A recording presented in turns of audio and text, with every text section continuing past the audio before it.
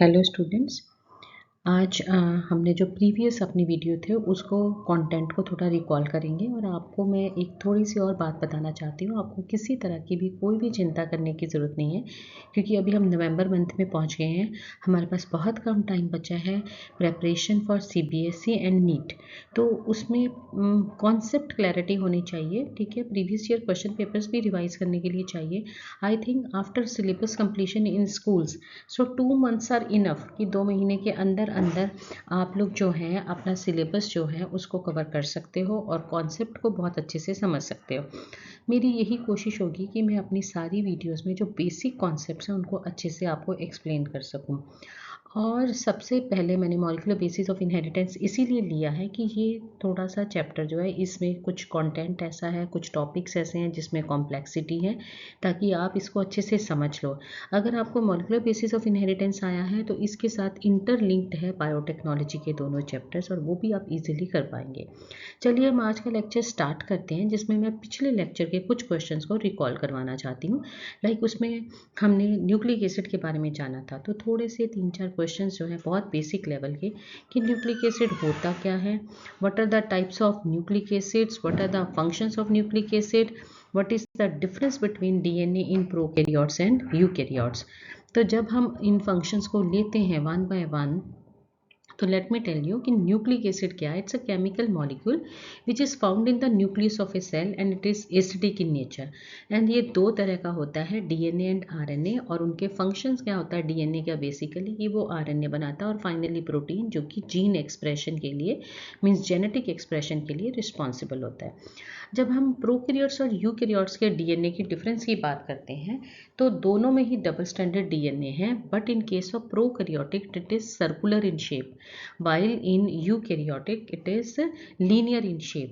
Another big difference, हम सब जानते हैं कि प्रोकैरियोटिक में वेल डिफाइंड न्यूक्लियस एब्सेंट है, सो उसका डीएनए न्यूक्लियस साइटोप्लाज्म में पाया जाता है, whereas eukaryotic DNA it is packed into the nucleus of the cell.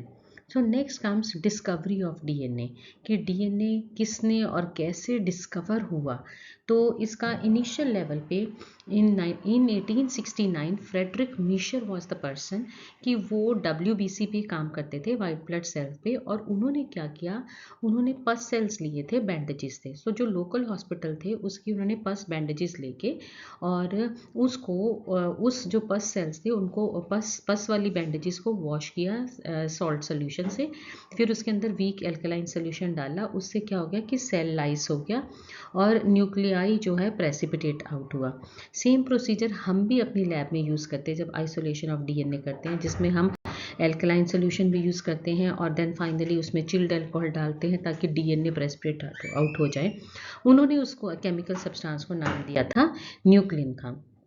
उसके बाद क्या है कि केमिकली अगर हम न्यूक्लियन को देखते हैं, तो न्यूक्लियन जो है उसके अंदर उन्होंने ऑब्जर्व किया कि फॉस्फोरस कंटेंट बहुत ज़्यादा था। So moreover that was showing acidic properties, so that's why he named that nuclein as nucleic acid. Then by the early 90s, then we knew that Mischur's nucleon was a mixture of proteins and nucleic acid. सो दो तरह के nucleic acids होते हैं, DNA and RNA. DNA को हम बोलते हैं deoxyribo nucleic acid and RNA is named as ribo nucleic acid. So next, how this DNA packaging is happening, ये मैंने कुछ आपको कल की जो वीडियो थी अपनी प्रीवियस, मेरी फर्स्ट वीडियो थी, उसमें आपको एक्सप्लेन किया है। थोड़ा और डिटेल में आपको मैं यहाँ आज बताती हूँ। Like length of DNA of double helix molecule in a typical mammalian cell is 2.2 metre. ये हमने कल भी पढ़ा था कि ये 2.2 मीटर डीएनए जो होता है इसकी पैकेजिंग कैसे होती है। Like this can be worked out simply by multiplying the total number of base pairs with distance between the consecutive base pairs. Like मैंने बताया था जब हम डबल हेलिकल मॉडल स्ट्रक्चर बनाते हैं, तो डबल हेलिकल स्ट्रक्चर में क्या है, दो बेसिस के बीच में डिफरेंस होता है 0.34 नैनोमीटर, या फिर अगर आप एंगस्ट्रॉम में कन्वर्ट करते हो तो 3.4 एंगस्ट्रॉम होता है। और आपको पता ही है कि 1 मीटर के अंदर 10⁹ नैनोमीटर होते हैं। So approximately size of a typical nucleus जो होता है वो 10⁻⁻6 मीटर है। दैट मीन्स वो हो जाएगा 10⁻⁻⁶ मतलब 1 माइक्रोमीटर, मतलब 1000 नैनोमीटर, और 10⁻³ नैनोमीटर। तो ये देखो कितना छोटा सा आपका ये डीएनए है, सॉरी न्यूक्लियस है, 10⁻³ नैनोमीटर का जिसका साइज है, और उसके अंदर ये 2.2 मीटर लॉन्ग डीएनए इंसर्ट होता है। So how this long DNA molecule can be then accommodated in such a small size nucleus. और डीएनए क्या है, पूरे 46, कई बार ये क्वेश्चन पूछते हैं कि 46 क्रोमोसोम्स में कितने डीएनए हैं, तो 46 क्रोमोसोम्स के अंदर एक ही डीएनए है, क्योंकि एक सेल के अंदर 46 क्रोमोसोम है, डिप्लॉइड कंटेंट 46 क्रोमोसोम है, और उसमें एक डीएनए होता है जिसकी लेंथ क्या होती है 2.2 मीटर लॉन्ग, और इस 2.2 मीटर लॉन्ग डीएनए को अपने आप को एकोमोडेट करना होता है इस 10⁻³ नैनोमीटर के डायामीटर के न्यूक्लियस के अंदर। पर ये कैसे पॉसिबल है? So it therefore must be, तो इसका क्या है कि ये जो है इसको कंडेंस होना पड़ेगा, कॉइल होना पड़ेगा, सुपर कॉइल होना पड़ेगा, ताकि ये इस स्मॉल न्यूक्लियस के अंदर अपने आप को फिक्स कर सके, एडजस्ट कर सके। तो अगर हम इधर स्ट्रक्चर को, ये वाली आपकी बुक में भी दे रखी है कि अगर हम इसको चेक करते हैं तो आप देखिए कि double helical structure of DNA है। तो इसमें क्या होगा, तो ये बड़ा वाला जो ग्रूव होता है ये मेजर ग्रूव है, ये माइनर ग्रूव है, और दोनों जो स्ट्रैंड्स हैं उनके बीच का डिस्टेंस जो है वो है 20 एंगस्ट्रॉम और 2 नैनोमीटर। और एक जो आपका कॉइल का मेजर माइनर कॉइल जिसमें कवर होता है उसका लेंथ होता है 3.4 नैनोमीटर 34 एंगस्ट्रॉम, और दो बेसिस के बीच का डिफरेंस होता है 0.34। तो आप ये यहाँ पे आपको यहाँ को बताया गया है कि कैसे कैसे ये जो है क्रोमोसोम के अंदर में कन्वर्ट होता है। सिंपली देखिए आपके पास ये 2 नैनोमीटर का short region of double helical DNA है। सो ये 2 नैनोमीटर का होता है। फिर ये 2 नैनोमीटर का डीएनए जो होगा ये स्ट्रिंग फॉर्म में न्यूक्लियोसोम के जो हिस्टोन्स हैं उनके अराउंड रैप होना शुरू होता है। तो ये 2 नैनोमीटर से 11 नैनोमीटर का हो जाता है। फिर ये पूरा का पूरा 30 नैनोमीटर क्रोमैटिन फाइबर की फॉर्म में पैक्ड न्यूक्लियोसोम हो जाते हैं। तो ये 30 नैनोमीटर के हो जाते हैं। फिर उसके बाद ये क्रोमोसोम का एक एक्सटेंडेड फॉर्म दिखाया गया जिसमें ये 300 नैनोमीटर के हो जाते हैं। फिर ये क्रोमोसोम जो है ये और कंडेंस होके ये 700 नैनोमीटर का, और फाइनली जो आपको क्रोमोसोम की शेप नज़र आती है जिसमें सेंट्रोमियर टीलोमियर ये सारे पार्ट्स होते हैं उसमें ये 1400 नैनोमीटर। तो ये 2 नैनोमीटर का था, अगर आउटसाइड द न्यूक्लियस देखें तो ये 1400 नैनोमीटर तक कंडेंस हो जाता है। नेक्स्ट है packaging in prokaryotes. So prokaryote हमें पता है बैक्टीरिया है, तो बैक्टीरिया के अंदर अगर आप देखते हो कि ये आपका न्यूक्लियोइड है। न्यूक्लियोइड क्यों कहते हैं, क्योंकि इसके अराउंड न्यूक्लियर मेम्ब्रेन नहीं है, वेल डिफाइंड न्यूक्लियर एसिड नहीं होता, इसलिए इसको न्यूक्लियोइड कहते हैं। तो इसमें पैकेजिंग कैसे होती है प्रोकैरियोट्स में। सो प्रोकैरियोट्स में भी अगर हम इकोलाई में सेल का साइज देखते हैं तो सेल का साइज होता है is around 2 to 3 micrometre long, and they don't have well organised nucleus, that means it is without nuclear membrane and no nucleolus is there. और जो डीएनए जिसको हम न्यूक्लियोइड कहते हैं प्रोकैरियोट में वो स्मॉल होता है, सर्कुलर होता है, हाईली फोल्डेड होता है, और नेकेड रिंग ऑफ डीएनए है, और it is 1100 micrometre long in the perimeter. Means अगर आप उसको स्ट्रेच आउट करते हैं तो ये 1.1 मिलीमीटर अप्रॉक्सीमेटली होगा। Then containing about 4.6 million base pairs होते हैं। तो ये बैक्टीरिया के अंदर दिखाया है। बैक्टीरिया के अंदर अगर आप ये देखेंगे तो 2 माइक्रोमीटर का जो है डायमीटर के अंदर ये आपका 1.1 मिलीमीटर अप्रॉक्सीमेटली उसका हमने पेरीमीटर बताया जिसमें स्ट्रेच आउट करते हैं। तो अगर आप टोटली देखें तो 1100 माइक्रोमीटर लॉन्ग न्यूक्लियोटाइड, मतलब वो जो आपका 2.2 मीटर लॉन्ग था, यहाँ पे बैक्टीरिया के अंदर 1100 micrometre long nucleotide is to be fitted और पैकेज्ड इनटू अ सेल, और सेल की लेंथ कितनी है 2 to 3 माइक्रोमीटर। कितना छोटा सेल है 2 to 3 माइक्रोमीटर का। सो इसमें क्या होता है कि नेगेटिवली जो डीएनए है डीएनए का हमने पहले बताया कि उसमें फॉस्फोरस कंटेंट ज़्यादा है, फॉस्फेट के ऊपर नेगेटिवली चार्ज होता है, इसीलिए जो डीएनए है वो नेगेटिवली चार्ज है। और वो हमने अभी बताया था, मैंने जब आपको डिफरेंसेस कराया, जो प्रोकैरियोट का डीएनए जो है वो सर्कुलर है। So negatively charge DNA become circular, reducing its size to 350 micrometre diameter. So जो 1100 माइक्रोमीटर इनिशियली था, जब वो सर्कुलर फॉर्म में पैक होता है तो वो 350 माइक्रोमीटर डायमीटर का हो जाता है। फर्दर ये रिड्यूस होता है इन डायमीटर, फोल्डिंग इसकी होती जाती है और लूपिंग इनटू 30 माइक्रोमीटर। देन और इसके 40 to 50 लूप्स बनते हैं, डोमेन्स बनते हैं, और ये लूप्स जो हैं ये किससे बनते हैं, आरएनए कनेक्टर से।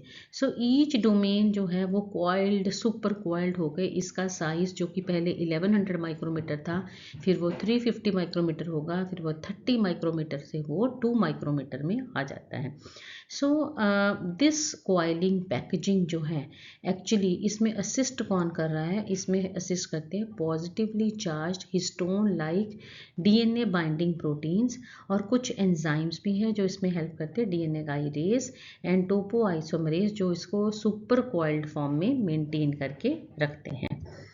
सो इसका आपको पिक्टोग्राफिकली मैं दिखा रही हूँ, देखिए कि कैसे एक सर्कुलर अनफोल्डेड क्रोमोसोम जो था वो 350 माइक्रोमीटर का होता है, वो डिफरेंट लूप्स में क्रोमोसोम्स में फोल्ड होता है ऐसे 40-50 में, तो उसका साइज 350 माइक्रोमीटर से कंडेंस होकर 30 माइक्रोमीटर हो जाता है। वो फर्दर और इसके अंदर कॉइलिंग, सुपर कॉइलिंग होके ये क्रोमोसोम 2 माइक्रोमीटर का बन जाता है। और देन आप देखें कि ईच लूप जो है वो हर लूप इंडिपेंडेंटली, ये जैसे सिंगल दिखाई है ना, हर लूप इंडिपेंडेंटली सुपर क्लीव हुई होती है, सुपर कॉइल्ड हुई होती है।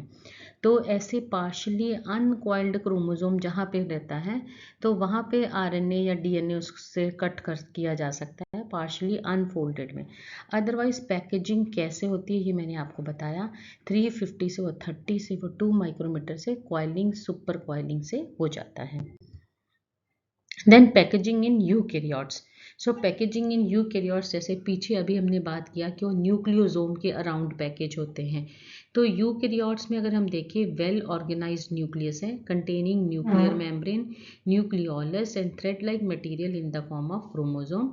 सो डीएनए जो है वो एसोसिएटेड होता है with histone and non histone, और ये बताया था कॉरेनबर्ग ने इन 1974 में। So organization of DNA is much more complex in eukaryotes. So depending upon abundance of amino acid residues with charged side chains, a protein acquires its charge. Means ये DNA है, DNA पे देखो आपको नेगेटिव चार्ज दिखाया है और ये 2 nanometre है। हिस्टोन के ऊपर पॉजिटिव चार्ज होता है lysine arginine like amino acid की वजह से। तो जब ये जो DNA है, ये जब इसमें हिस्टोन ऑक्टामर में रैप करता है, ये ऑक्टामर की स्ट्रक्चर है, तो ये 2 नैनोमीटर से 11 नैनोमीटर पे आ जाता है, और ये न्यूक्लियस के अंदर जो देखो ये क्रोमोसोम की फॉर्म में आ गए फिर, और इसका 0.7 माइक्रोमीटर डायमीटर बन जाता है।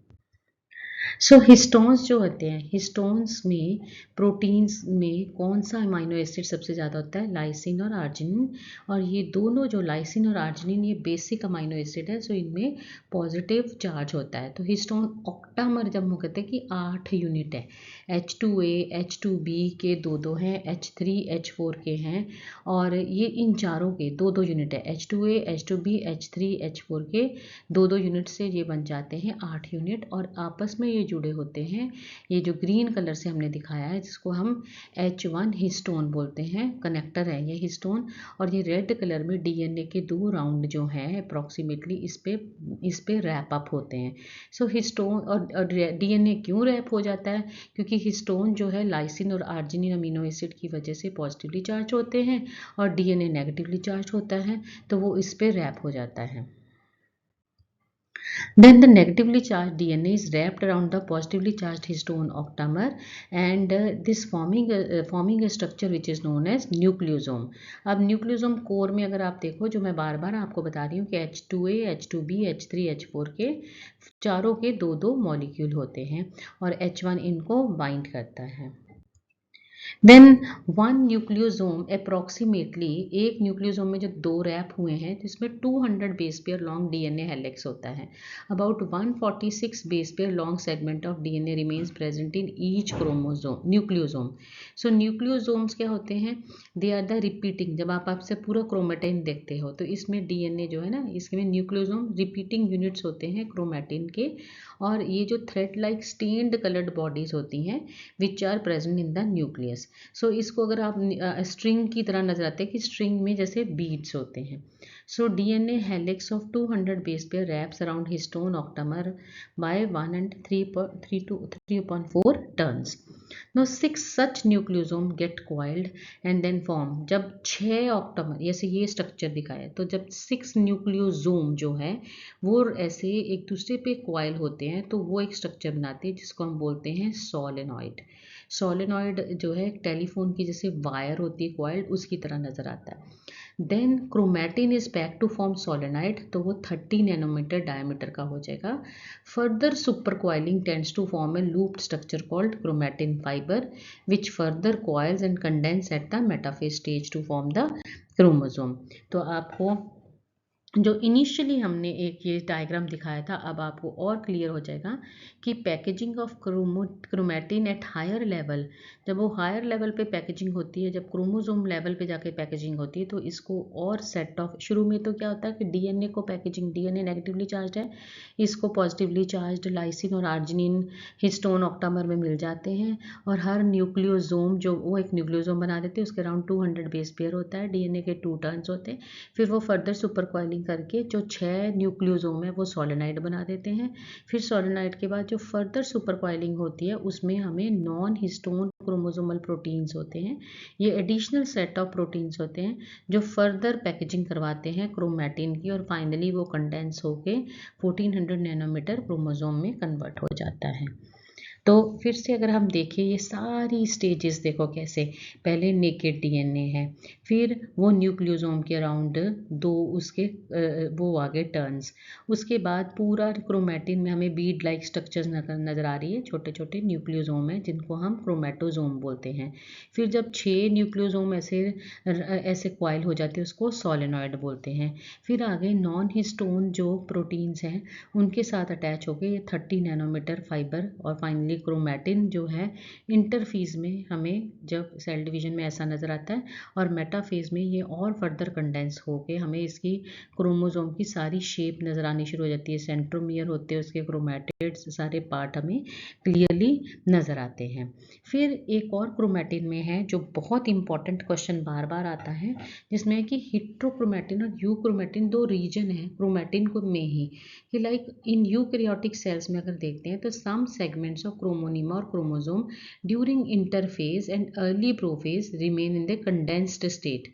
तो कंडेंस्ड स्टेट में रहते हैं तो वो हिट्रोक्रोमैटिन बोलते हैं, और ये टर्म हीट्स ने दी थी। और ये जो होते हैं ये हिट्रोक्रोमैटिन रीजन बेसिकली कहाँ पे ज़्यादा पाए जाते हैं, सेंट्रोमियर जो सेंटर पार्ट होता है क्रोमोसोम का, टीलोमियर जो उसके टिप्स होते हैं, और दे आर ऑल्सो इंटरकैलेटेड, बीच बीच में होते हैं, मोस्टली इन 2 रीजन के आसपास पाए जाते हैं। और क्योंकि ये हाईली कंडेंस्ड होते हैं तो ये जो होते हैं ट्रांसक्रिप्शनली या जेनेटिकली इनएक्टिव होंगे, और जब हम इनको स्टेन करेंगे तो ये हमें डार्क नज़र आते हैं। बट हिट्रोक्रोमैटिन जो है ये 2 to 3 times more rich in DNA होता है than euchromatin. On the other hand euchromatin region जो है वो नॉन कंडेंस्ड स्टेट में होता है, इसलिए जब स्टेन करते हैं तो लाइट स्टेन होता है, बट वो ट्रांसक्रिप्शनली एक्टिव और फास्ट रेप्लिकेटिंग होता है। इसलिए हिट्रोक्रोमैटिन के कंपैरिजन में अगर हम यूक्रोमैटिन देखते हैं वो ट्रांसक्रिप्शनली मोर एक्टिव होता है। अब ये आपको क्रोमोसोम के पार्ट्स दिखा रहे हैं, देखो ये क्रोमोसोम है पूरा, इसमें ये सेंटर वाला रीजन को सेंट्रोमियर बोलते हैं, टिप्स को टीलोमियर्स कहते हैं। जहाँ जहाँ आपको डार्क ब्लू नज़र आ रहा है वो हिट्रोक्रोमैटिन रीजन है जो कि मोर कंडेंस्ड है, और उसमें डार्कली स्टेन्ड है, तो वो ट्रांसक्रिप्शनली इनएक्टिव है और एटी रिच होता है। और जो यूकेरोमैटिन है लाइटली स्टेन्ड है, और जीन एक्सप्रेशन क्यों, क्योंकि वो ट्रांसक्रिप्शनली एक्टिव होता है, जीसी रिच होता है, और उसमें लाइट स्टेन होता है।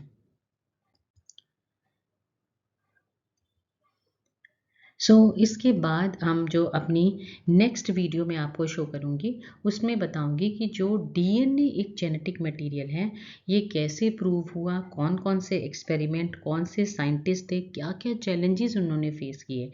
तो अब तक हम आपको 2 वीडियोज़ में डीएनए की बेसिक डिस्कवरी कैसे हुई, स्ट्रक्चर कैसा हुआ, वो सारा एक्सप्लेन किया है। प्लीज़ इन दोनों स्लाइड्स को गो थ्रू